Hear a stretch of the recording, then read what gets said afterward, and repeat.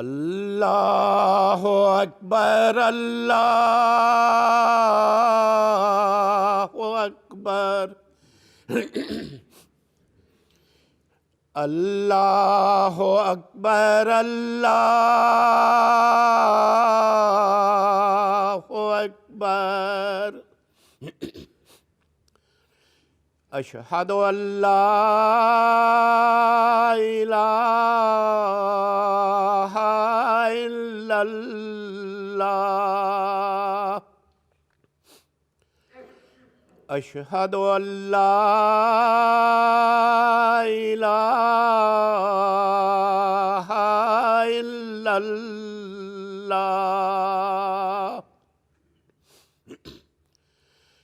اشہد ان محمد رسول اللہ اشہد ان محمد رسول اللہ حی علی الصلاة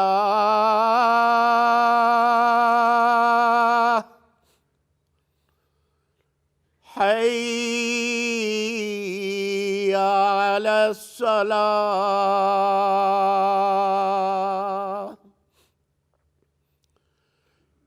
حی علی الفلاح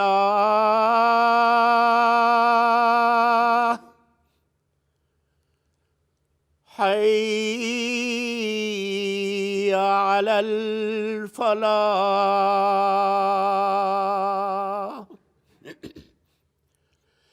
اللہ اکبر اللہ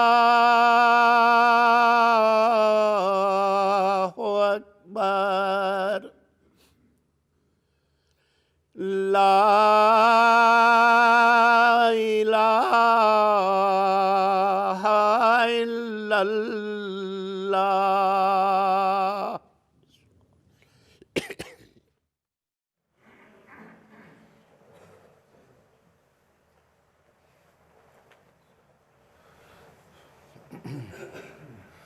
السلام علیکم ورحمۃ اللہ۔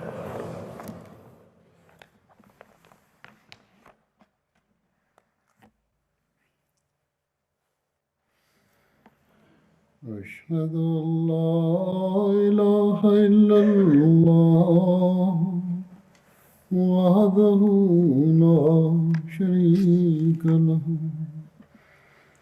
وأشهد أن محمدا عبده ورسوله أما بعد فأعوذ بالله من الشيطان الرجيم بسم الله الرحمن الرحيم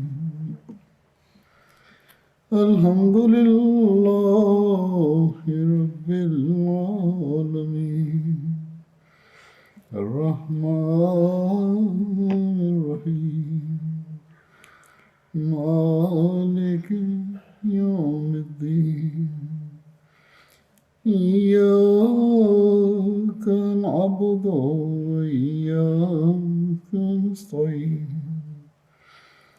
اهدنا الصراط المستقيم صراط الذين أنعمت عليهم غير المغضوب عليهم ولا الضالين۔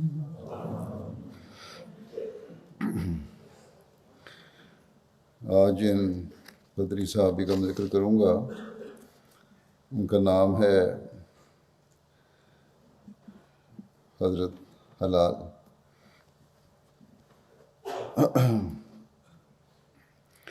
حضرت ہلال بن امیہ واقعی ان کا پورا نام ہے۔ یہ انصار کی قبیلہ اوس کے خاندان بنو واقف سے تعلق رکھتے تھے۔ ان کے والد کا نام امیہ بن عامر اور والدہ کا نام انیسہ بنت ہند تھا، جو حضرت کلثوم بن ہدم کی بہن تھی۔ کلثوم بن ہدم وہی صحابی ہیں جن کے ہاں رسول اللہ صلی اللہ علیہ وسلم نے ہجرت مدینہ کے موقع پر قباء میں قیام فرمایا تھا۔ حضرت ہلال بن امیہ کی دو شادیوں کا ذکر ملتا ہے، ایک فریہ بنت مالک بن دخشم سے، جبکہ دوسری ملیکہ بنت عبداللہ کے ساتھ۔ حضرت ہلال کی دونوں بیویوں کو اسلام قبول کرنے کی سعادت نصیب ہوئی اور رسول اللہ صلی اللہ علیہ وسلم کے ہاتھ پر انہوں نے بیعت کی۔ حضرت ہلال بن امیہ قدیمی اسلام قبول کرنے والے تھے اور انہوں نے قبیلہ بنو واقف کے بت توڑے تھے، اور فتح مکہ کے دن ان کی قوم کا جھنڈا ان کے پاس تھا۔ حضرت ہلال بن امیہ کو غزوہ بدر، غزوہ احد اور اسی طرح بعد کے غزوات میں رسول اللہ صلی اللہ علیہ وسلم کے ہمراہ شریک ہونے کی سعادت نصیب ہوئی تھی، تاہم غزوہ تبوک میں شامل نہ ہو سکے تھے۔ ابن ہشام نے بدری صحابہ کی جو فہرست اپنی کتاب میں درج کی ہے، اس میں حضرت ہلال کا نام شامل نہیں ہے، تاہم بخاری نے اپنی صحیح بخاری میں انہیں بدری صحابہ میں شمار کیا ہے۔ حضرت ہلال بن امیہ ان 3 انصار صحابہ میں سے تھے جو غزوہ تبوک میں بغیر کسی عذر کے شامل نہ ہو سکے تھے۔ دوسرے 2 صحابہ کعب بن مالک اور مرارہ بن ربیع تھے۔ ان کے بارے میں قرآن کریم میں یہ آیت بھی نازل ہوئی تھی کہ وَعَلَى الثَّلَاثَةِ الَّذِينَ خُلِّفُوا وَعَلَى الثَّلَاثَةِ الَّذِينَ خُلِّفُوا حَتَّى إِذَا ضَاقَتْ عَلَيْهِمُ الْأَرْضُ بِمَا رَحُبَتْ وَضَاقَتْ عَلَيْهِمْ أَنفُسُهُمْ وَظَنُّوا أَن لَّا مَلْجَأَ مِنَ اللَّهِ وَظَنُّوا أَن لَّا مَلْجَأَ مِنَ اللَّهِ إِلَّا إِلَيْهِ ثُمَّ تَابَ عَلَيْهِمْ لِيَتُوبُوا إِنَّ اللَّهَ هُوَ التَّوَّابُ الرَّحِيمُ۔ اور ان تینوں پر بھی اللہ توبہ قبول کرتے ہوئے جھکا جو پیچھے چھوڑ دیے گئے تھے، یہاں تک کہ جب زمین ان پر باوجود فراخی کے تنگ ہو گئی اور ان کی جانیں تنگی محسوس کرنے لگیں، اور انہوں نے سمجھ لیا کہ اللہ سے پناہ کی کوئی جگہ نہیں مگر اسی کی طرف، پھر وہ ان پر قبولیت کی طرف مائل ہوتے ہوئے جھک گیا تاکہ وہ توبہ کر سکیں، اور یقین اللہ ہی بار بار توبہ قبول کرنے والا اور بار بار رحم کرنے والا ہے۔ غزوہ تبوک 9 ہجری میں ہوئی تھی، یہ ہوا تھا یہ غزوہ، اور صحیح بخاری میں ایک تفصیلی روایت بھی ہے اس کے بارے میں، جس میں ان تینوں صحابہ کے پیچھے رہ جانے کا تذکرہ بیان ہوا ہے۔ حضرت کعب بن مالک کے پوتے عبد الرحمن اپنے والد عبداللہ بن کعب سے روایت کرتے ہیں کہ حضرت کعب جب نابینا ہو گئے تو وہ انہیں پکڑ کر لے جایا کرتے تھے۔ انہوں نے بتایا کہ میں نے حضرت کعب بن مالک کو وہ واقعہ بیان کرتے ہوئے سنا ہے۔ یہ جو روایت ہے لمبی، یہ حضرت کعب کے حوالے کے ساتھ سے ہے۔ حضرت جن صحابی کا ذکر ہو رہا ہے، حضرت ہلال بن امیہ، ان کا ذکر بیچ میں آ جاتا ہے، لیکن روایت یہ ایک ملتی ہے۔ بہرحال وہ کہتے ہیں کہ حضرت کعب بن مالک کو وہ واقعہ بیان کرتے ہوئے سنا جبکہ وہ پیچھے رہ گئے تھے، یعنی تبوک کا واقعہ۔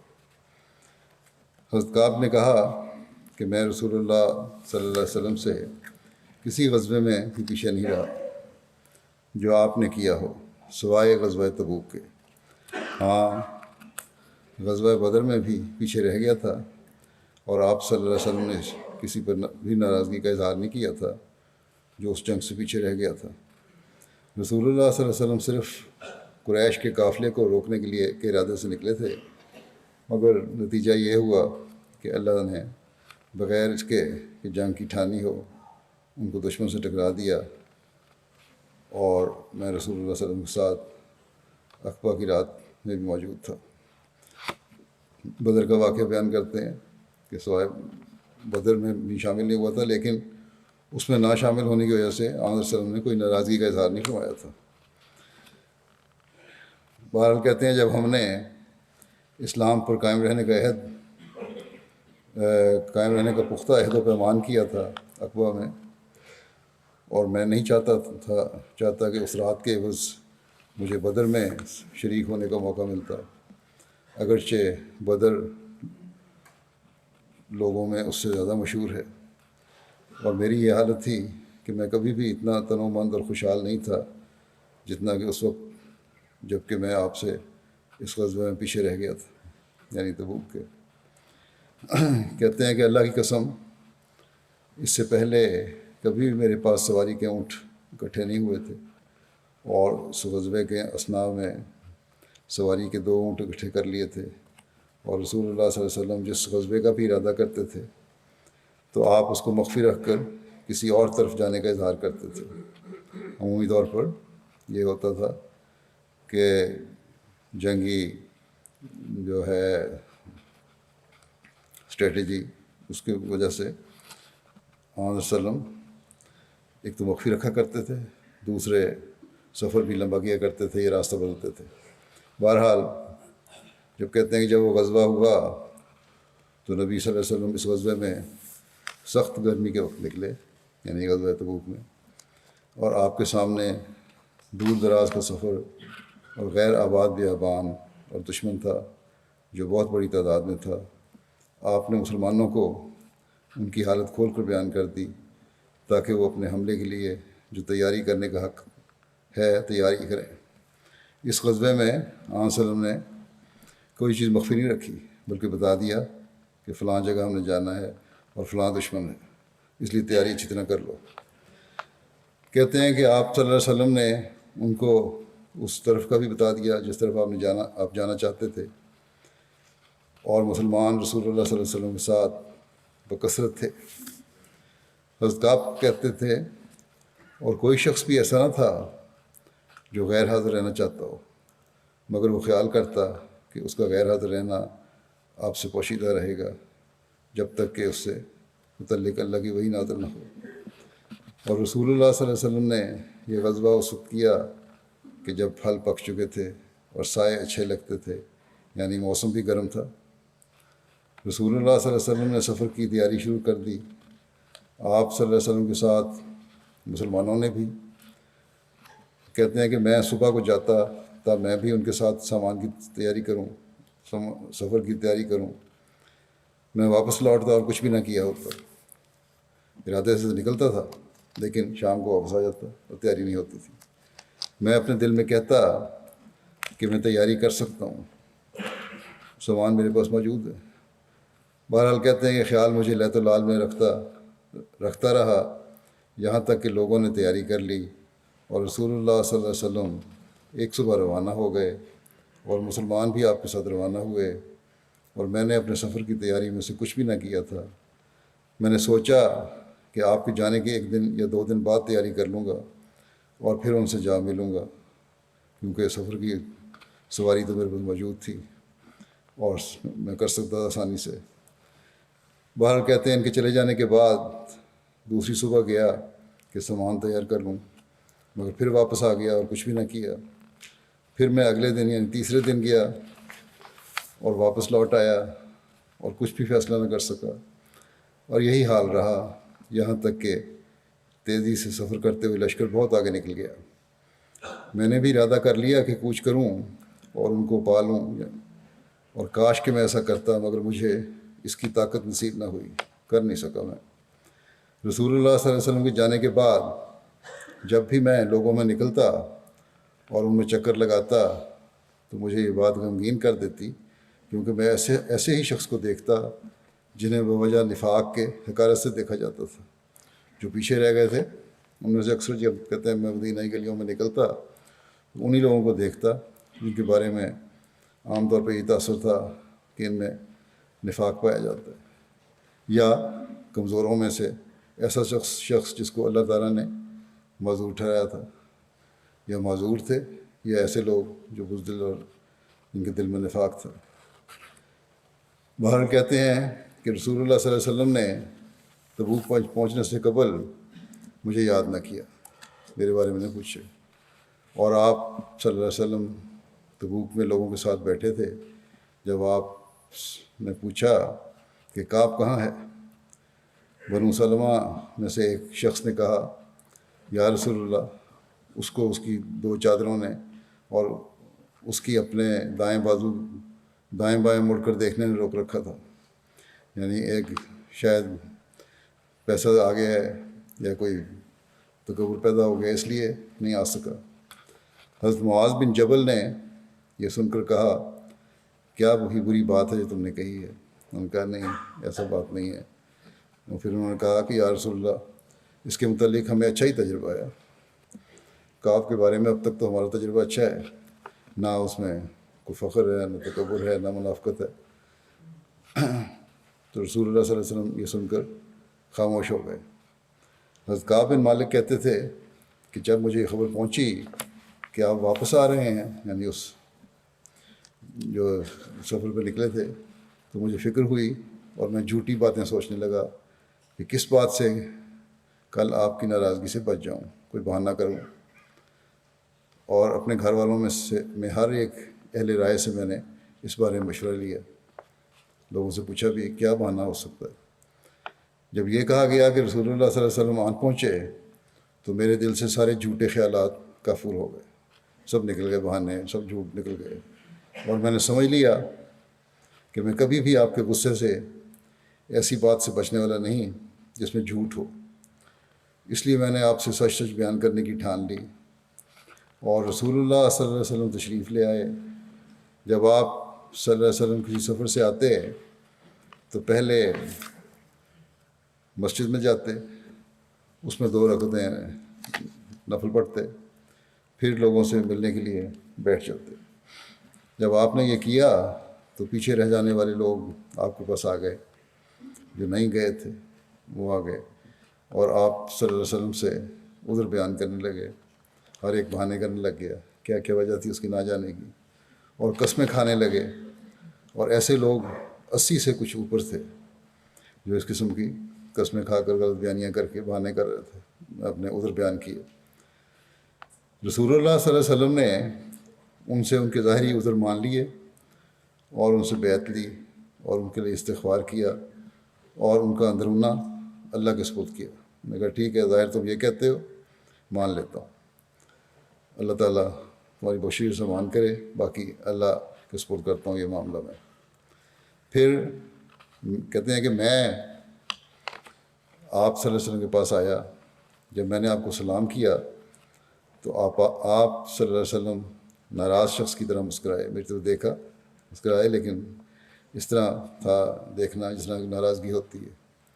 پھر آپ صلی اللہ علیہ وسلم نے فرمایا آگے آؤ۔ میں آیا اور آپ کے سامنے بیٹھ گیا۔ آپ نے مجھ سے پوچھا کہ کس بات نے تمہیں پیچھے رکھا، کیوں نہیں ہمارے ساتھ سفر کیا، کیا تم نے سواری نہیں خریدی تھی؟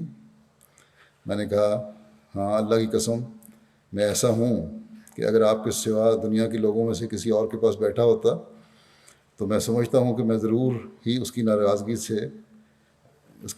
سے عذر کر کے بچ جاتا، کیونکہ مجھے قوت بیان دی گئی ہے، مجھے بڑے اچھے بہانے بنانے آتے ہیں، میں بچ سکتا تھا۔ مگر اللہ کی قسم میں جانتا تھا کہ اگر میں نے آج آپ سے کوئی ایسی جھوٹی بات بیان کی جس سے آپ مجھ پر راضی ہو گئے تو اللہ ان قریب مجھ پر آپ کو ناراض کر دے گا۔ میں بیان کر کے بچ تو سکتا ہوں ناراضگی سے، لیکن اللہ تعالیٰ کی ناراضگی اس سے ظاہر ہو جائے گی کسی نہ کسی وقت، اور وہ آپ کو بھی پتہ لگ جائے گی۔ پھر کہتے ہیں کہ اگر میں آپ سے سچی بات بیان کروں گا جس کی وجہ سے آپ مجھ پر ناراض ہوں تو میں اس میں اللہ کے عفو کی امید رکھتا ہوں۔ آپ ناراض ہو جائیں گے سچی بات سے، لیکن میں امید کرتا ہوں کہ اللہ تعالیٰ مجھ سے عفو کا سلوک کرے گا۔ پھر حضرت کعب نے عرض کیا کہ نہیں، اللہ کی قسم میرے لیے کوئی عذر نہیں تھا۔ عذر بیان کروں، کوئی عذر نہیں تھا۔ اللہ کی قسم میں کبھی بھی ایسا تنومند اور آسودہ حال نہیں ہوا جتنا کہ اس وقت تھا جب آپ سے پیچھے رہ گیا۔ رسول اللہ صلی اللہ علیہ وسلم نے سن کر فرمایا اس نے سچ بیان کیا ہے۔ پھر آپ نے فرمایا کہ اٹھو یہاں تک کہ اللہ تمہارے متعلق کوئی فیصلہ کرے، یہاں سامنے سے چلے جاؤ میرے۔ میں اٹھ کر چلا گیا اور بنو سلمہ میں سے بعض لوگ بھی اٹھ کر میرے پیچھے ہو لیے۔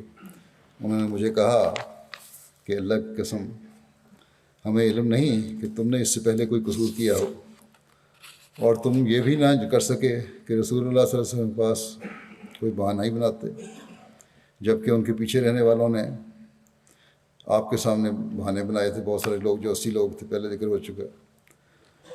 رسول اللہ صلی اللہ علیہ وسلم کا تمہارے لیے استغفار کر دینا ہی تمہارے اس گناہ بخشانے کے لیے کافی تھا۔ اللہ کی قسم یہ لوگ کہتے ہیں کہ آپ کہتے ہیں کہ اللہ کی قسم یہ لوگ مجھے ملامت ہی کرتے رہے، یہاں تک کہ میں نے بھی ارادہ کر لیا کہ لوٹ جاؤں اور اپنے آپ کو چھٹا دوں، دوبارہ واپس جاؤں آپ کی خدمت میں عرض کروں کہ میں نے جو پہلے بات کی تھی وہ غلط تھی اور کوئی نہ کوئی عذر پیش کر دوں۔ لیکن کہتے ہیں پھر میں نے ان سے پوچھا لوگوں سے جو مجھے کہہ رہے تھے کہ تم نے غلط کیا، تو سچی بات بتا دی، واپس جاؤ۔ میں نے کہتے ہیں ان سے پوچھا ان لوگوں سے جو مجھے بھڑکانے والے تھے کہ کیا، یا غلط کام کی طرف ابھارنے والے تھے، کہ کیا میرے ساتھ اور کوئی بھی ہے جس نے آپ صلی اللہ علیہ وسلم سے اس قسم کا اقرار کیا ہو، جیسی باتیں میں نے کی ہیں سچ سچ بیان کر دیا ہو؟ انہوں نے کہا کہ ہاں 2 اور شخص ہیں، انہوں نے بھی وہی کہا ہے جو تم نے کہا ہے، اور ان کو بھی وہی جواب ملا ہے جو تمہیں دیا گیا ہے۔ میں نے کہا وہ کون ہیں؟ کہنے لگے کہ ایک وہ مرارہ بن ربی عمری ہیں اور دوسرے ہلال بن امیہ واقفی ہیں۔ انہوں نے کہتے ہیں، اذکاب کہتے ہیں کہ انہوں نے مجھ سے ایسے 2 نیک آدمیوں کا ذکر کیا جو بدر میں شریک ہو چکے تھے، ان دونوں میں میرے لیے نمونہ تھا۔ جب لوگوں نے ان دونوں کا مجھ سے ذکر کیا تو میں ان کے پاس سے چل پڑا، اور رسول اللہ صلی اللہ علیہ وسلم نے مسلمانوں کو ہم سے بات چیت کرنے سے منع کر دیا۔ جب یہ ذکر ہو گیا کہ ہاں 2 شخص اور ہیں، تب مجھے خیال آیا کہ یہ دونوں حقیقی نیک لوگ ہیں، بدر میں بھی شامل ہو چکے ہیں، اس لیے میں انہی کے ساتھ اب شامل ہوں گا، کوئی بہانہ نہیں کروں گا غلط۔ کہتے میں چلا گیا، اور اس دوران میں حضرت صلی اللہ علیہ وسلم نے مسلمانوں کو ہم سے بات چیت کرنے سے منع کر دیا، یعنی ایک طرح کا مقاطعہ ہو گیا۔ ان میں سے جو ان لوگوں میں سے تھے جو آپ سے پیچھے رہ گئے تھے، لوگ کترانے لگے گویا کہ ہم سے بالکل ناآشنا ہیں۔ اس بات پہ جب منع کر دیا گیا تو ہمارے سامنے نہیں آتے تھے، ہم سے بچتے تھے، جس طرح ہمیں جانتے ہی نہ ہوں، یہاں تک کہ یہ زمین بھی مجھے اوپری نظر آنے لگی۔ وہ نہ تھی جس کو میں جانتا تھا، وہ نہ تھی جس کو میں جانتا تھا۔ ابھی مدینے کی گلیاں، یہ شہر، یہ زمین بالکل اوپری ہو گئی میرے لیے۔ یہ مجھے وہ چیز نہیں لگ رہی تھی جس کو میں پہلے جانتا تھا۔ لگتا تھا میں ایک نئی جگہ پہ آ گیا ہوں، کیونکہ لوگ میرے سے کترا رہے تھے۔ بہرحال کہتے ہیں کہ اس حالت پر 50 راتیں رہے، اور جو ساتھی تھے دوسرے 2، حضرت ہلال بن امیہ اور مرارہ بن ربی، انہوں نے شدید شرمندگی محسوس کی، اور ان کا تو یہ حال تھا کہ وہ اپنے گھروں میں بیٹھ کر رونے لگے۔ وہ تو گھروں سے باہر ہی نکلے، حضرت ہلال وغیرہ۔ حضرت ہلال تو گھر میں رہے، مستقل گھر میں رہتے تھے، روتے تھے۔ اور کہتے ہیں کہ حضرت کعب کہتے ہیں کہ میں تو ان لوگوں میں سے زیادہ جوان تھا، اور ان لوگوں سے مصیبت کو زیادہ برداشت کرنے والا تھا۔ میں باہر نکلنا اور مسلمانوں کے ساتھ نمازوں میں نکلتا تھا، باہر بھی نکلتا تھا۔ میں گھر میں بیٹھ کے روتا نہیں رہا ان کی طرح، استغفار نہیں کرتا رہا، استغفار کرتا تھا، لیکن ساتھ ہی میں باہر بھی نکلتا تھا، اور مسلمانوں کے ساتھ نمازوں میں شریک بھی ہوتا تھا، مسجد بھی آتا تھا، بازاروں میں بھی پھرتا تھا، مگر مجھ سے کوئی بات نہیں کرتا تھا۔ اور رسول اللہ صلی اللہ علیہ وسلم کے پاس بھی جاتا تھا میں، مجلس لگی ہوتی تھی مسجد میں، وہاں بھی جاتا تھا، آپ کو سلام کرتا تھا جب کہ آپ نماز کے بعد اپنی جگہ بیٹھے ہوتے، اور اپنے دل میں کہتا کہ کیا آپ صلی اللہ علیہ وسلم نے مجھے سلام کا جواب دینے میں اپنے ہونٹ ہلائے ہیں یا نہیں، اور آپ کے قریب ہو کر نماز پڑھتا اور نظر چرا کر آپ کو دیکھتا، اور جب نماز پڑھنے لگتا آپ میری طرف دیکھتے، اور جب میں آپ کی طرف توجہ کرتا تو آپ مجھ سے منہ پھیر لیتے۔ جب لوگوں کی یہ درشتی مجھ پر طول پکڑ گئی تو میں چلا اور میں نے حضرت ابو قتادہ رضی اللہ عنہ کے باغ کی دیوار کو پھلانگا۔ یہ میرے چچا کے بیٹے تھے اور مجھے تمام لوگوں سے زیادہ پیارے تھے۔ کہتے ہیں میں نے ان کو السلام علیکم کہا، پھر کہتے ہیں کہ اللہ کی قسم انہوں نے مجھے سلام کا جواب تک نہ دیا۔ میں نے کہا ابو قتادہ، میں تم سے اللہ کی قسم دے کر پوچھتا ہوں، کیا تم جانتے ہو کہ میں اللہ اور اس کے رسول سے محبت رکھتا ہوں؟ وہ خاموش رہے۔ پھر ان سے پوچھا اور ان کو قسم دی تو وہ پھر خاموش رہے۔ پھر تیسری دفعہ ان سے پوچھا اور ان کو قسم دی، مگر انہوں نے پھر کہا کہ اللہ اور اس کا رسول بہتر جانتے ہیں، رکھتے وہ محبت یا نہیں رکھتے۔ یہ سن کر میری آنکھوں سے آنسو جاری ہو گئے۔ میں وہاں سے دیوار پھلانگ کر پھر چلا آیا۔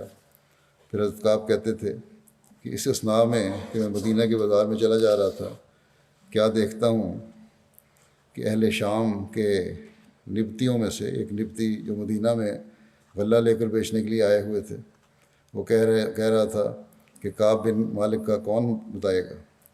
یہ سن کر لوگ اس کو اشارے سے بتانے لگے۔ جب وہ میرے پاس آیا تو اس نے غسان کے بادشاہ کی طرف سے ایک خط مجھے دیا۔ اس میں یہ مضمون تھا کہ اما بعد مجھے یہ خبر پہنچی ہے کہ تمہارے ساتھی نے تمہارے ساتھ سختی کا معاملہ کر کے تمہیں الگ تھلگ چھوڑ دیا ہے، اور تمہیں تو اللہ تعالیٰ نے کسی ایسے گھر میں پیدا نہیں کیا جہاں ذلت ہو اور تمہیں ضائع کر دیا جائے۔ تم ہم سے آ کر ملو، ہم تمہاری خاطر مدارات کریں گے۔ کہتے ہیں جب میں نے یہ خط پڑھا میں نے کہا یہ بھی ایک آزمائش ہے۔ میں وہ خط لے کر تنور کی طرف گیا اور اس میں اس کو ڈال دیا۔ جب 50 راتوں میں سے 40 راتیں گزریں میں کیا دیکھتا ہوں کہ رسول اللہ صلی اللہ علیہ وسلم کو پیغام لانے والا میرے پاس آ رہا ہے۔ اس نے کہا کہ رسول اللہ صلی اللہ علیہ وسلم تم سے فرماتے ہیں کہ تم اپنی بیوی سے الگ ہو جاؤ۔ میں نے پوچھا کیا میں اسے طلاق دے دوں یا کیا کروں؟ اس نے کہا کہ اس سے الگ رہو اور اس کے قریب نہ جاؤ۔ آپ صلی اللہ علیہ وسلم میرے دونوں ساتھیوں کو بھی، دوسرے 2 ساتھی تھے حضرت ہلال، ان کو بھی ایسا ہی کہلا بھیجا۔ کہتے ہیں میں نے اپنی بیوی سے کہا کہ اپنے گھر والوں کے پاس چلی جاؤ اور اس وقت تک انہی کے پاس رہنا کہ اللہ اس معاملے میں کوئی فیصلہ کرے۔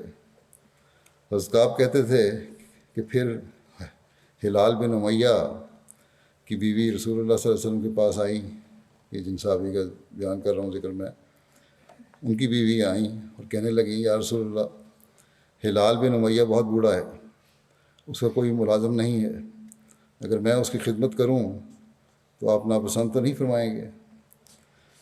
آپ صلی اللہ علیہ وسلم فرمایا نہیں، ٹھیک ہے، خدمت کرتی رہو، کھانا پکانا کام کرنا گھر کا کرتی رہو، لیکن تمہارے قریب نہ وہ آئے۔ کہنے لگی کہ اللہ کی قسم میں اس کو تو کسی بات کی تحریک ہی نہیں ہوتی، اللہ کی قسم وہ اس دن سے آج تک رو رہا ہے۔ اس نے کیا کہنا ہے، تو جب سے اس کو سزا ملی ہے، مقاطعہ ہوا ہے، وہ تو اس دن سے بیٹھا رو رہا ہے جب سے اس کے ساتھ یہ معاملہ ہوا ہے۔ کہتے ہیں میرے بعض رشتہ داروں نے مجھ سے کہا کہ اگر تم بھی، حضرت کعب کہتے ہیں کہ مجھے کہا کہ اگر تم بھی رسول اللہ صلی اللہ علیہ وسلم سے اپنی بیوی کے متعلق ایسے ہی اجازت لے لو جیسے حضرت ہلال بن امیہ کی بیوی کو اس کی خدمت کرنے کی اجازت دی ہے، کیوں اس کو مل گئی تمہیں مل جائے گی۔ تو میں نے کہا اللہ کی قسم میں تو رسول اللہ صلی اللہ علیہ وسلم سے کبھی اس بارے میں اجازت نہ لوں، اور مجھے کیا معلوم رسول اللہ صلی اللہ علیہ وسلم مجھے اس کے بارے میں کیا جواب دیں، اور میں تو جوان آدمی ہوں، وہ بوڑھے حضرت ہلال تو بوڑھے آدمی ہیں، میں جوان آدمی ہوں۔ اس کے بعد کہتے ہیں میں 10 راتیں اور ٹھہرا رہا، یہاں تک کہ ہمارے لیے 50 راتیں اس وقت سے پوری ہوئیں کہ جب رسول اللہ صلی اللہ علیہ وسلم ہمارے ساتھ بات چیت کرنے سے منع کیا تھا۔ جب 50ویں رات کی صبح کو نماز فجر پڑھ چکا اور میں اس وقت اپنے گھروں میں سے ایک گھر کی چھت پر تھا، اسی حالت میں بیٹھا ہوا تھا جس کا اللہ تعالیٰ نے ذکر کیا ہے، یعنی میری جان مجھ پر تنگ ہو چکی تھی اور زمین بھی باوجود کشادہ ہونے کے مجھ پر تنگ ہو گئی تھی۔ اس اثناء میں نے ایک پکارنے والے کی آواز سنی جو صلا پہاڑ، مدینہ کے شمالی جانب ایک پہاڑ کا نام ہے، وہاں چڑھ کر بلند آواز سے پکار رہا تھا کہ اے کعب بن مالک، تمہیں بشارت ہو۔ کہتے ہیں کہ میں سن کر سجدے میں گر پڑا اور سمجھ گیا کہ مصیبت دور ہو گئی ہے۔ اگر جو اس نے مجھے پکارا ہے، بشارت دی ہے، تو یقیناً کوئی میری بریت کا سامان ہو گیا، مصیبت دور ہو گئی ہے۔ اور رسول اللہ صلی اللہ علیہ وسلم نے جب آپ فجر کی نماز پڑھ چکے یہ اعلان فرمایا کہ اللہ نے مہربانی کر کے ہماری غلطی کو معاف کر دیا ہے۔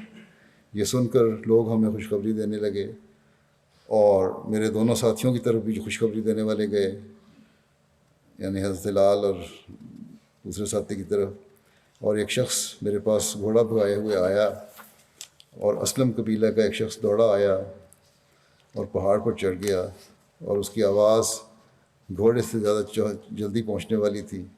جب وہ شخص میرے پاس بشارت دینے آیا جس کی آواز میں نے سنی تھی، میں نے اپنے دونوں کپڑے اتارے اور اس کو پہنائے، اس لیے کہ اس نے مجھے بشارت دی تھی جو میرے پاس وہ تھا، اور اللہ کی قسم اس وقت اس کے سوا میرے پاس اور کچھ تھا نہیں۔ وہ 2 کپڑے تھے اور میں نے 2 اور کپڑے عاریتاً لیے، کسی سے مانگے پھر، اور انہیں پہنا اور رسول اللہ صلی اللہ علیہ وسلم کے پاس چلا گیا، اور لوگ مجھے فوج در فوج ملتے اور توبہ کی قبولیت کی وجہ سے مجھے مبارکباد دیتے، کہتے تھے کہ تمہیں مبارک ہو جو اللہ نے تم پر رحم کر کے توبہ قبول کی ہے۔ حضرت کعب کہتے تھے کہ آخر میں مسجد پہنچا، کیا دیکھتا ہوں کہ رسول اللہ صلی اللہ علیہ وسلم بیٹھے ہیں، آپ کے ارد گرد لوگ ہیں۔ حضرت طلحہ بن عبید اللہ مجھے دیکھ کر میرے پاس دوڑے آئے اور مجھ سے مصافحہ کیا اور مبارکباد دی۔ مہاجرین میں سے ان کے سوا بخدا کوئی شخص بھی میرے پاس اٹھ کر نہیں آیا، اور طلحہ کی یہ بات میں کبھی بھی نہیں بھولوں گا۔ اور حضرت کعب کہتے تھے کہ جب میں نے رسول اللہ صلی اللہ علیہ وسلم کو السلام علیکم کہا تو رسول اللہ صلی اللہ علیہ وسلم نے فرمایا، اور آپ کا چہرہ، جو آپ نے فرمایا، اور وہ چہرہ خوش چمک رہا تھا۔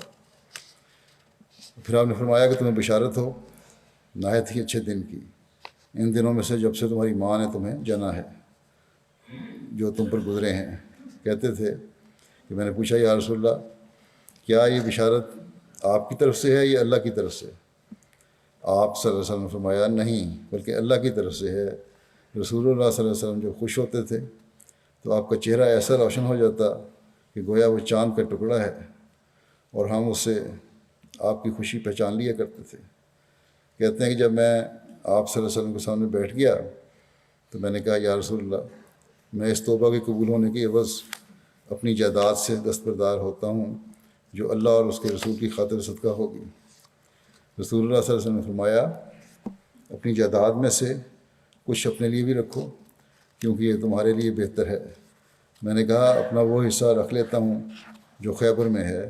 میں نے کہا یا رسول اللہ، اللہ نے مجھے صدق کی وجہ سے نجات دی، اور میری توبہ میں سے یہ بھی ہے کہ میں ہمیشہ ہی سچ بولا کروں گا جب تک کہ میں زندہ رہوں گا، کیونکہ میں اللہ کی قسم، میں مسلمانوں میں سے کسی کو نہیں جانتا کہ اللہ نے اس کو سچی بات کہنے کی وجہ سے اس خوبی کے ساتھ آزمایا ہو جس خوبی سے میری آزمائش کی ہے۔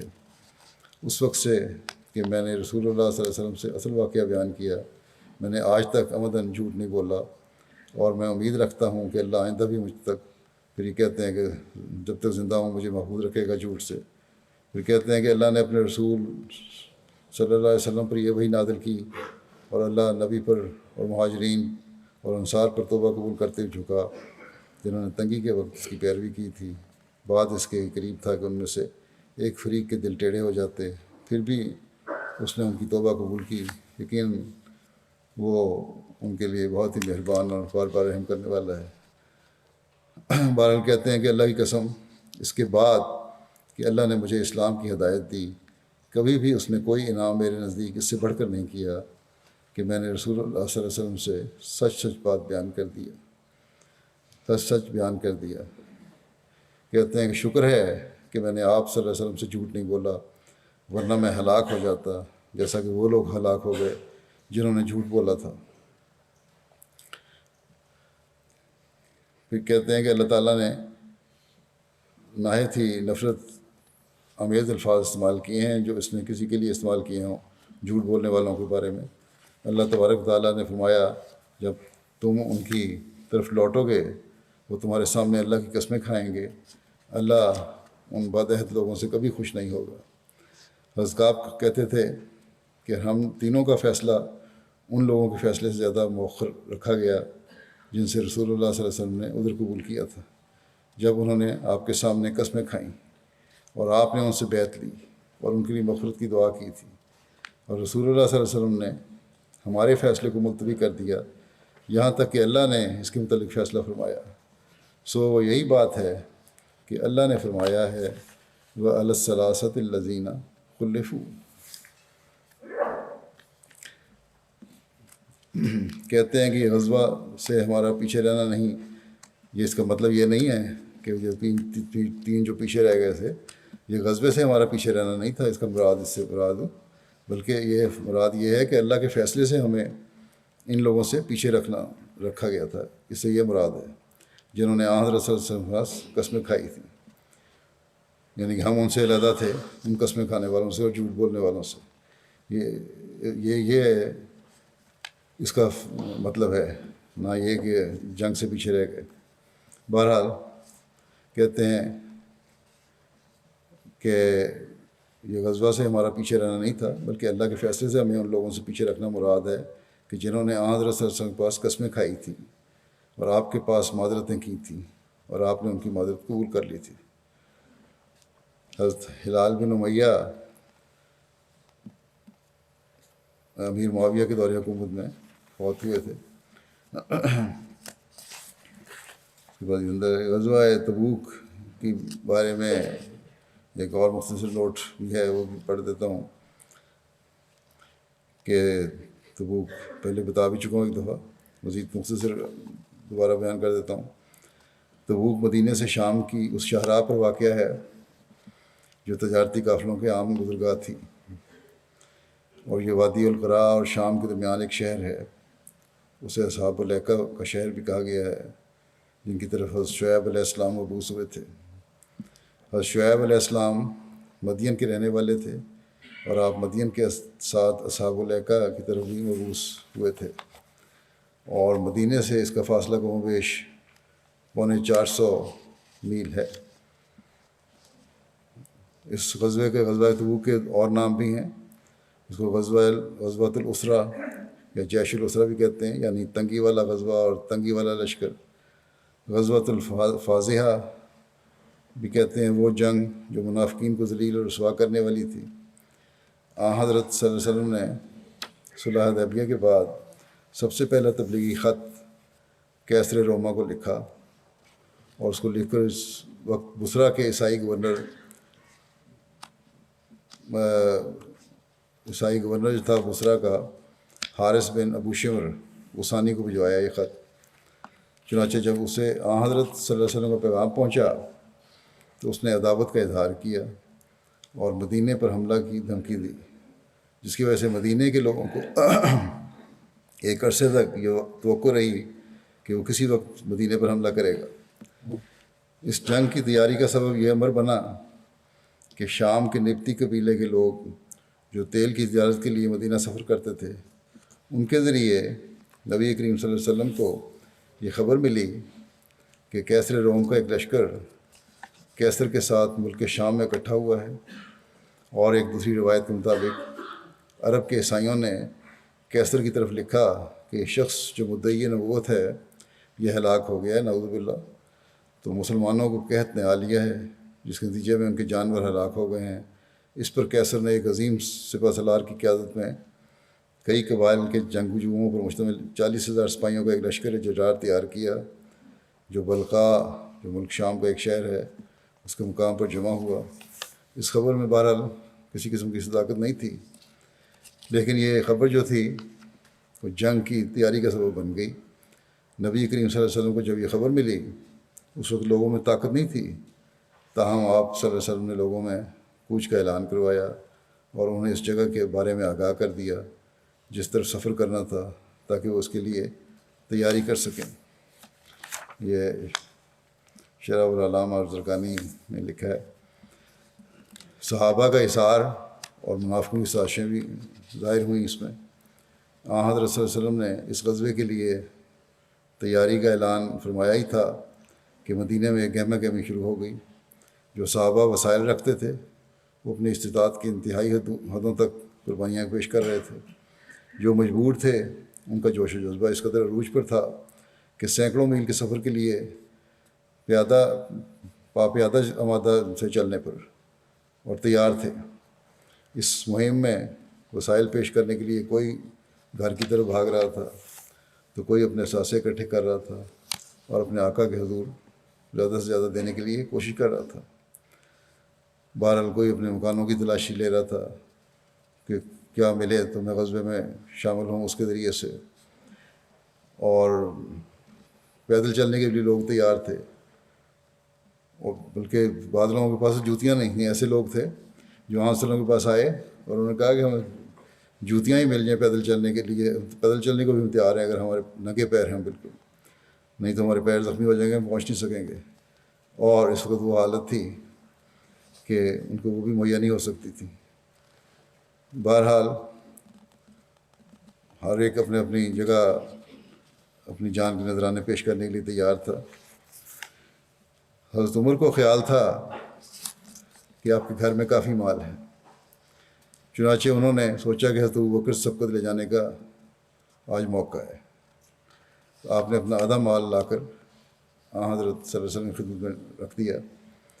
حضرت صلی اللہ علیہ وسلم نے فرمایا، اپنے گھر والوں کے لیے کیا چھوڑ کر آئے ہو؟ حضرت عمر نے عرض کیا کہ آدھا مال لایا ہوں اور آدھا چھوڑ آیا ہوں۔ حضرت ابوبکر نے اپنا سارا سامان حضرت صلی اللہ علیہ وسلم کے حضور پیش کر دیا۔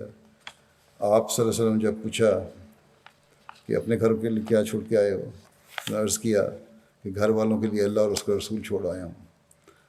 حضرت عمر اس وقت حضرت ابوبکر رضی اللہ عنہ پر رشک کرتے ہوئے انہوں نے کہا کہ اللہ کی قسم، میں حضرت ابوبکر سے کسی شے میں کبھی سبقت نہیں لے جا سکتا۔ حضرت مسیح موعود علیہ السلام نے بھی اس واقعے کا تذکرہ بیان کیا ہے۔ آپ فرماتے ہیں کہ ایک دفعہ ہمارے نبی کریم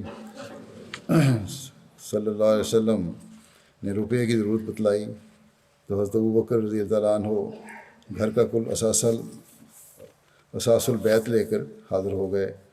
آپ نے پوچھا، ابوبکر گھر میں کیا چھوڑ آئے؟ تو جواب میں کہا، اللہ اور اس کا رسول، اللہ اور اس کے رسول کا نام چھوڑ آیا۔ حضرت عمر رضی اللہ عنہ نصف لے آئے۔ آپ صلی اللہ علیہ وسلم نے پوچھا، عمر گھر میں کیا چھوڑ آئے؟ تو جواب دیا کہ نصف۔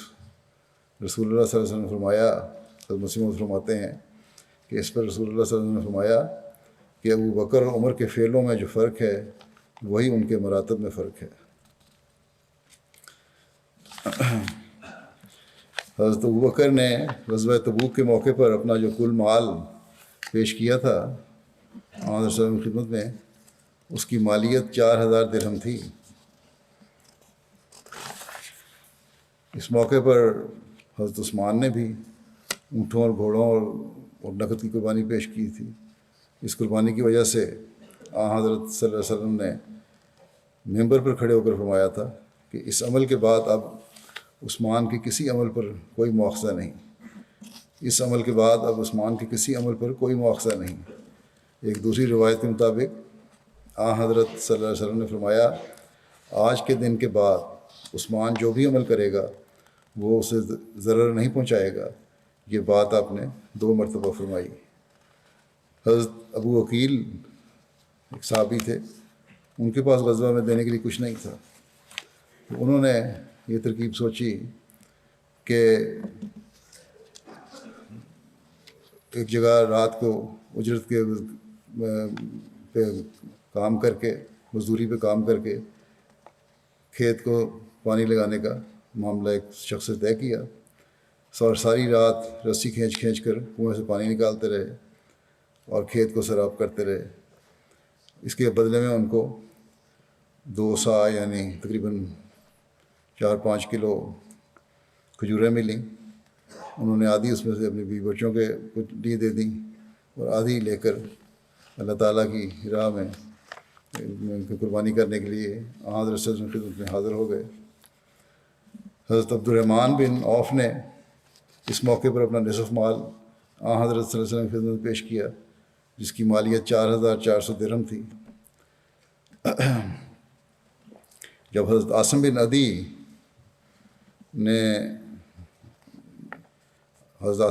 نے 100 وسق، ایک وسق میں 60 سا ہوتے ہیں اور ایک سا 2.5 کلو کا، 2.5 سیر کا ہوتا ہے، کھجوریں پیش کی، تو منافقوں نے یہ الزام لگایا کہ یہ ریاکاری ہے۔ اس پر اللہ تعالیٰ نے یہ آیت بھی نازل فرمائی۔ اس بارے میں یہ بتا دوں کہ تقریباً یہ 14,000 کلو یا 14 ٹن بنتی ہے یہ کھجوریں جو پیش کی گئیں حضرت عاصم نے، کہ اسی پہ منافقوں نے کہا کہ دکھاوا ہے۔ یہاں یہ بھی وضاحت کرتا ہوں، گزشتہ خطبے میں نے غلطی سے ایک کیلکولیشن میں 600 کلو کھجور کا کہا تھا، وہ 600 نہیں 6,000 کلو تھی۔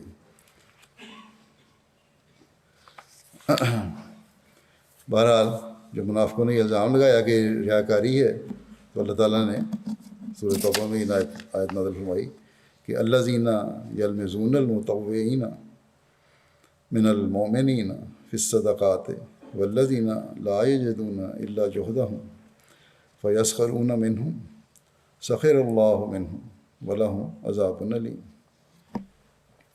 الذین یلمزون المطوعین من المؤمنین فی الصدقات والذین لا یجدون الا جہدہم فیسخرون منہم سخر اللہ منہم ولہم عذاب علیم، کہ وہ لوگ جو مومنوں میں سے دلی شوق سے نیکی کرنے والوں پر صدقات کے بارے میں تہمت لگاتے ہیں، اور ان لوگوں پر بھی جو اپنی محنت کے سوا اپنے پاس کچھ نہیں پاتے، بس وہ ان سے تمسخر کرتے ہیں، اللہ ان کے تمسخر کا جواب دے گا اور ان کے لیے دردناک عذاب مقدر ہے۔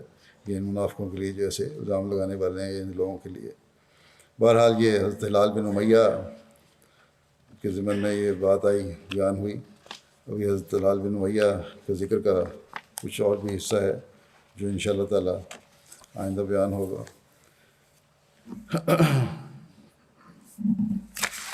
اس وقت میں ایک اعلان بھی ہے وقف نو شعبے کی طرف سے کہ انہوں نے ایک ویب سائٹ بنائی ہے وقف نو کی، اور وقف نو international.org کے نام سے، جس کا آج انشاءاللہ اجرا بھی ہوگا۔ اس ویب سائٹ پر والدین اپنے ہونے والے بچے کو وقف نو میں شامل کرنے کے لیے لکھے گئے خطوط کے متعلق اور ان کے جوابات کے متعلق شعبے سے براہ راست رابطہ کر کے رہنمائی لے سکتے ہیں۔ پھر والدین واقفین نو کی تعلیم و تربیت کے لیے جو میری ہدایات ہیں اور رہنمائی ہے، اس سے متعلق معلومات لے سکتے ہیں۔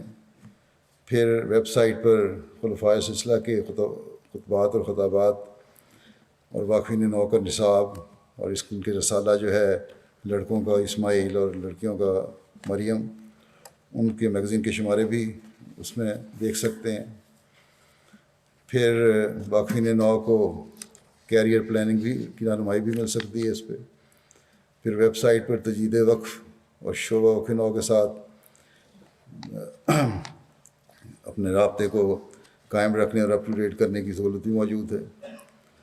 پھر واقفین نو کو جماعت کی ضروریات کے حوالے سے معلومات بھی مل سکتی ہیں، اور یہ کہ وہ کس طرح کی تعلیم حاصل کریں تاکہ جماعت کی اصل رنگ میں خدمت کر سکیں۔ پھر سیکریٹریان وقف نو اور انتظامیہ کی رہنمائی کے لیے معلومات اور رپورٹ فارم بھی موجود ہوں گے اس پہ۔ پھر واقفین نو کے جو بعض سوالات مختلف وقتوں میں انہوں نے میری کلاسوں وغیرہ میں کیے ہیں، ان کے ویڈیو کلپس بھی موجود ہیں۔ پھر تحریک وقف نو کا تعارف اور شعبہ وقف نو کے ساتھ مستقل رابطے میں رہنے کے لیے معلومات بھی موجود ہیں۔ پھر مختلف ممالک میں وقف نو کے حوالے سے ہونے والے پروگراموں کی رپورٹ اور تصویری جھلکیاں بھی اس میں دستیاب ہوں گی۔ تو بہرحال یہ ویب سائٹ آج سے شروع ہوگی انشاءاللہ، اور جو واقفین نو ہیں اور جو واقفین نو کے والدین ہیں وہ ضرور اس سے استفادہ کریں۔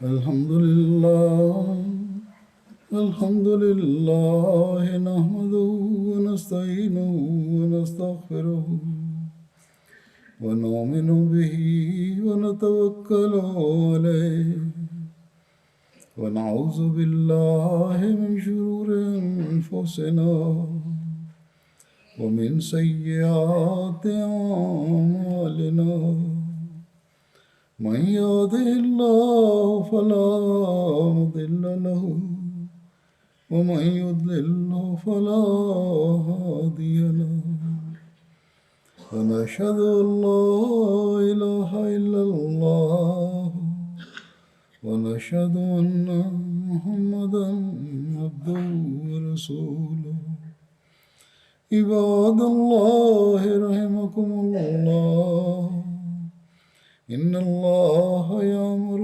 بالعدل والإحسان وإيتاء ذي القربى وينهى عن الفحشاء والمنكر والبغي يعظكم لعلكم تذكرون اذكروا الله يذكركم وادعوه يستجب لكم ولذكر الله أكبر